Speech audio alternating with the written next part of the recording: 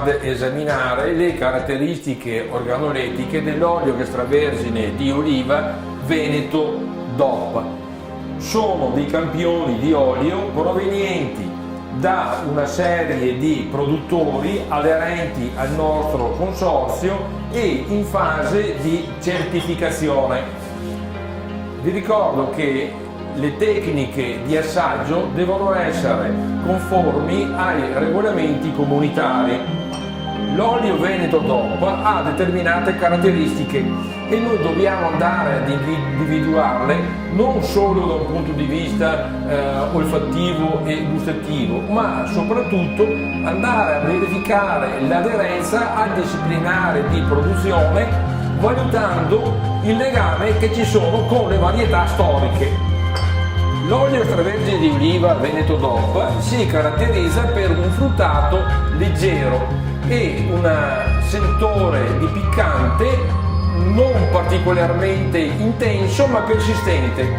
Prevale un odore di mandorla amara e nei vostri campioni ce ne sono anche di quelli che sono del Veneto, Valpolicella DOP.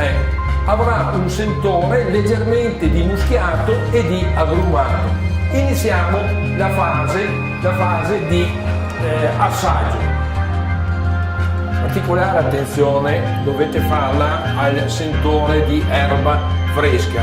Quest'olio è una produzione 2014, pertanto a circa 60 giorni, dove prevale il sentore di mela verde da greni, prevale il sentore dell'erba appena sfalciata, c'è una leggera tonalità di carciofo. Antonio eseguirà ora una serie di operazioni per attuare correttamente un panel di assaggio.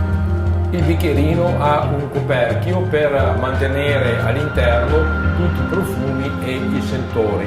Antonio andrà leggermente a mescolare e basculare il contenuto d'olio, che ha già una temperatura di 28 gradi centigradi, tolto il coperchio, andrà a ruotare e basculare leggermente il contenuto, andrà a porselo nel naso e con una ispirazione profonda ma veloce andrà tutto ad assorbire quanto contenuto di profumi e di aromi.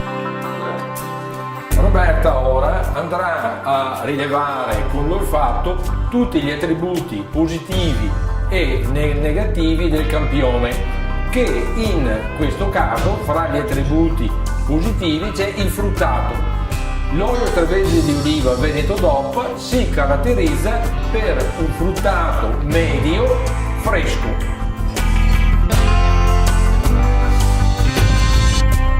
Andrea andrà ora ad eseguire l'analisi organolettica.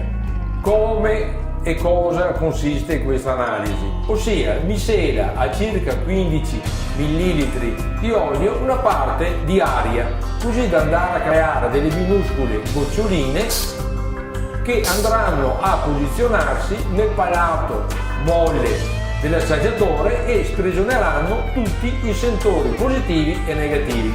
Tra i sentori positivi abbiamo l'amaro, che per l'olio Veneto DOP è medio ma intenso, e il piccante, non eccessivo ma persistente. Gli assaggiatori riportano in un tablet tutte le sensazioni che hanno rilevato durante l'assaggio, andando ad identificare l'intensità. Un programma specifico va ad elaborarlo e riporta la mediana di tutte le sensazioni.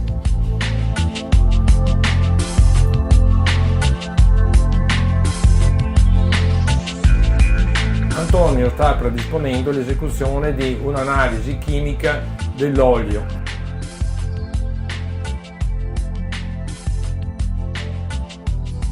Ne preleva circa 15 mm e andrà a posizionarlo all'interno di una macchina analizzatrice che attuerà l'esecuzione dell'analisi chimica mediante il sistema NIRS.